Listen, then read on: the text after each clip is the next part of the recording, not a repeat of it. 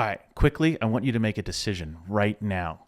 Should you get on a plane and go to Florida and have a vacation, or should you go to California and have a vacation there? Quick, decide. California or Florida? Real quick, decide. That's what it's like to be an executive. You have to make a decision just that fast, many times. So I want to talk about decisiveness today. Welcome into the channel. My name is Tom, and I'm the founder of Vertical Motion, where we help good people become great leaders.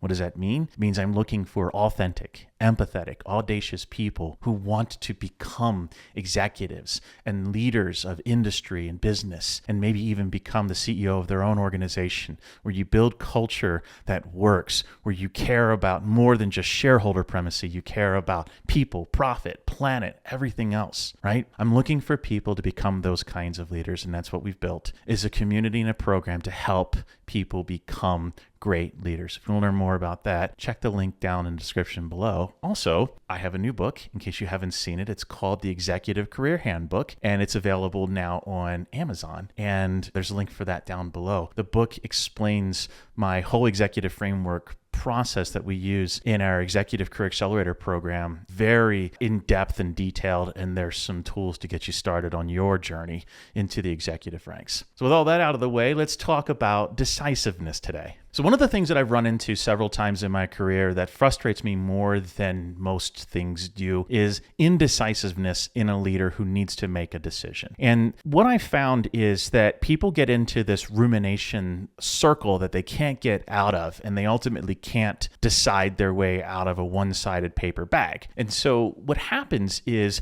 the person who can't make the decision ultimately makes the entire situation worse than either of the decisions that he or she could have made immediately. Let me explain what I'm talking about. So I'll give you an example.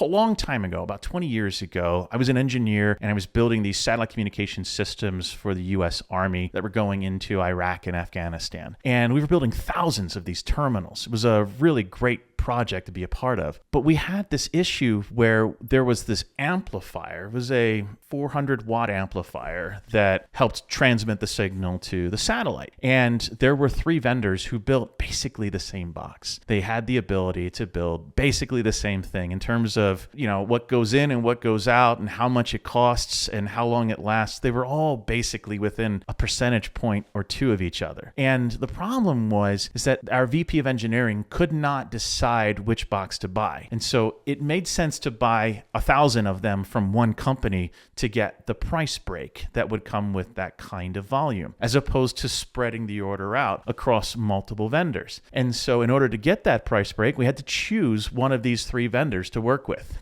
Well, our vice president of engineering commissioned this little study that basically he bought 3 flavors of each amplifier from all 3 companies and had 9 amplifiers delivered to the engineering lab. And the engineers went through these things with a rigorous set of tests that took like a month to do. And after 30 days of testing, they realized that all 9 amplifiers were just like a few percentage points apart from each other in what they were capable of doing. And the prices were almost identical across the board. And so you had just not enough data to declare a clear winner. And at this point, the vice president of engineering should have just chosen one, right? That's not what happened. The VP of engineering could not make a decision. And so it was left to head of procurement to make a decision. And head of procurement, she couldn't make a decision either. And so what they wound up doing was they split the order amongst all 3 companies, which increased the price of each amplifier by 20%, which really eroded the margin of the program. Then we had compatibility issues.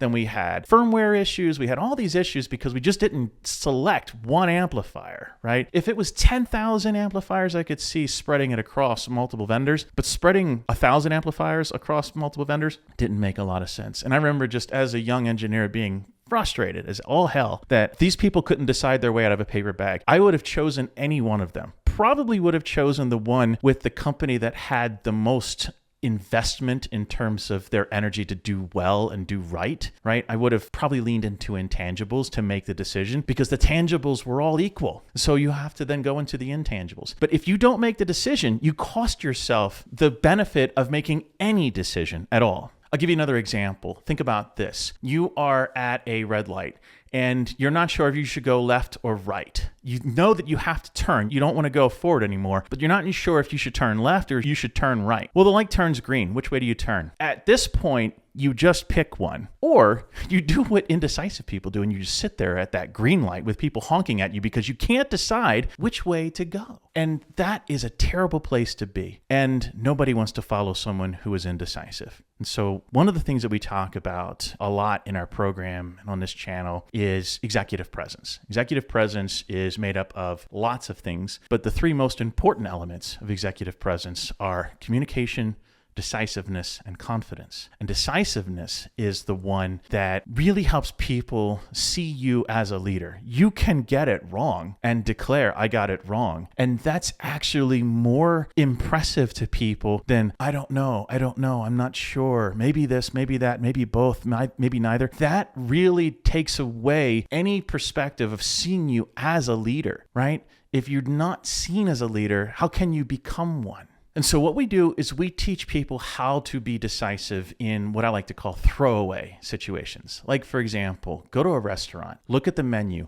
for 5 seconds, put the menu down and make a decision on what you're going to eat without thinking about it. You just make a decision. The worst case scenario is you get some food you don't like, but you have practiced your ability to make quick snap decisions. And I'll tell you, as an executive, we have to make decisions all the time without enough information and without enough time, right? So one of my discovery coaches spoke with someone this morning who said, I need 2 weeks to think about this program. You need 2 weeks to think about whether you should join a Executive Career Accelerator program, knowing that this program is exactly what you need. What are you going to do for 2 weeks? What information could you possibly gather that you couldn't gather in 24 hours, right? Another example is just like the one I talked about with vendors, where you have 2 vendors who have the same equal product. Which one do you choose? At some point, it doesn't matter so much as you do choose one or the other, because not making a decision is a third choice, and it's usually worse than one of the first 2. Now, sometimes decisions really do need to be weighed carefully with lots of input and thought. Most decisions don't. Most decisions, your gut instinct, which is your body's full-on reaction to doing something, is usually the right instinct. And if you are sitting there because you feel fear about what you're doing, ask yourself, is the fear because you might fail, or is the fear because you might succeed? A lot of people get locked up about a decision because if it works, their life is going to be different. And they don't know what that change is really going to look and feel like. And then it's a little scary. That fear is different than the fear of, oh, this is a scam. This is a bad idea. This is a bad decision. This is going to ruin everything if I get this. There are lots of ways to think about this. And if you need 2 weeks to make a decision for something, maybe you're not cut out to be an executive, at least not yet. So it's really important that you practice your ability to be decisive. And you can do it in throwaway situations like I talked about at the restaurant. You can do it at work with little micro decisions. You can do it at home. I'm going to wear this outfit. I've decided that's the end of it. I'm not going to think twice about it, right? Executives tend to make decisions with about 40% of the information that they need and about 10% of the time that they need to make that decision. If you want to be an executive, if you want to be a leader, if you want to be someone who stands in front, you need to learn how to be decisive. And so it's really important that you practice your skill in decisiveness. If you are somebody who is indecisive and you get caught in these logic loops and you can't quite get out of them, you ruminate on what if, pick one, anyone. Pick any option, pick one option and go with it until you realize it was a terrible decision and then change your direction. Or realize that this decision was 40% efficient and the one you chose was 33% efficient. They both get you there, just one takes a little bit longer. Yeah, maybe it was the wrong decision, but you still move forward, which is better than if you just sat there staring at these two trying to decide which one was the more optimal outcome. And so decisiveness is really important in order for you to be successful in anything you do in leadership. So that's my takeaway for you this week is I want you to learn how to just decide. Whether you decide yes, no, whether you decide left, right, whether you decide company A, B, C, make a decision because the people are watching you. And if you can't be decisive, they're going to see you as not someone cut out for executive leadership. If you can make the hard decision based on your best guesses and intuition and information you have available, and you make that decision and it's a gutsy call and it works out, great. If it's a gutsy call and it doesn't work out, that's still better than not having made the call in the first place. That's what I got for you today. I hope this was helpful, and hopefully I'll see you in another one.